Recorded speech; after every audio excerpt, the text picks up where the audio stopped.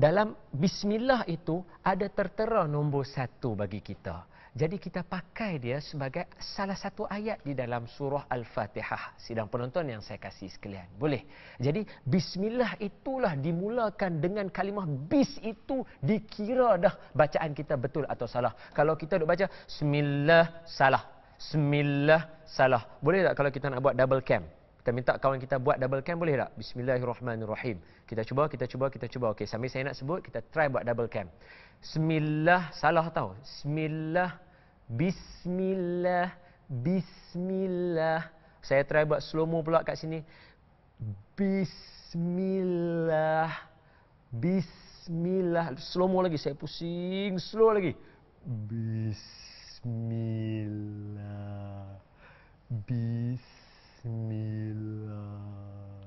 Boleh? Bismillah itu dikira dah di situ. Situ tu dah starting kira. Betul salah? Salah kalau kita teruskan juga, batal sembahyang kita nanti. Dia kira. Situ orang kata, alah mazhab lain lah, senang. Jangan kata macam tu. Habis tu kira saya ni duk susah lah selama-lama ni.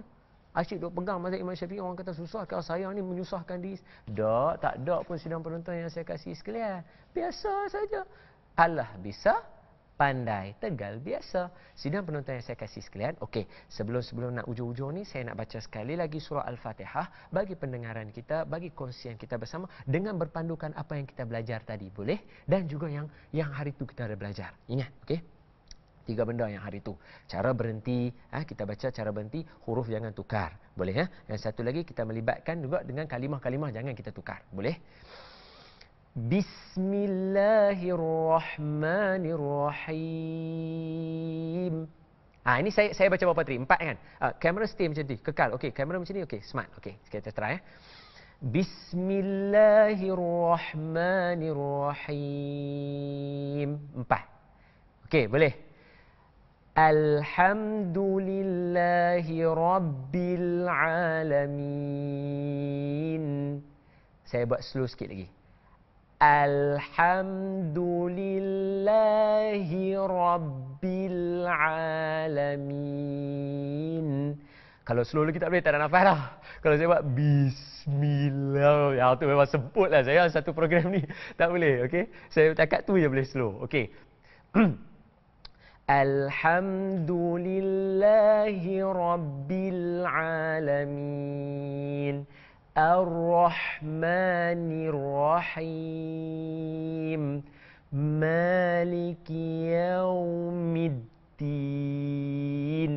Iyyaka na'budu wa iyyaka nasta'in. Nas, N-A-S, nasta'in.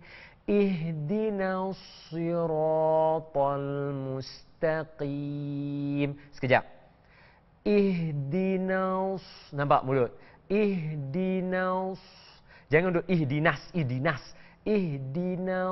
sira. Sebab apa? Sad. Cuba sebut sad. So. Cuba sebut so. So. Mulut kita secara automatik jadi muncung so macam tu. Kita tak boleh buat. Cuba buat so tanpa muncung mulut. Cuba buat. Dia tak boleh kelak. So. So. Tak siapa suruh, tak boleh. Dia kena so. Jadi ihdina aus. Ihdinas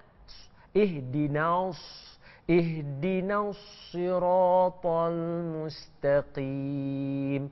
Siratal ladzina an'amta 'alaihim ghairil maghdubi 'alaihim waladdallin.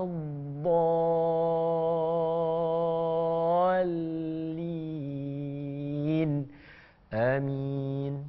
Boleh? Sidang penonton yang saya kasih sekalian, alhamdulillah kita berjaya untuk menghabiskan bacaan kita, apa yang kita pelajari hari ini. Mudah-mudahan dua kali saja kita sentuh surah Al-Fatihah. Mudah-mudahan walaupun tak cukup tapi memadai untuk kita ada informasi berkaitan dengan surah Al-Fatihah. Boleh? Yang pertama, jaga huruf jangan tukar. Yang kedua, jaga baris. Yang ketiga, jaga berhenti. Yang keempat, ingat basmalah. Yang kelima, jangan lupa apa dia? Bacaan di hujung-hujung biar seirama. Kita jumpa lagi insya-Allah. Assalamualaikum warahmatullahi wabarakatuh. Minta ampun, minta maaf kalau ada salah silap.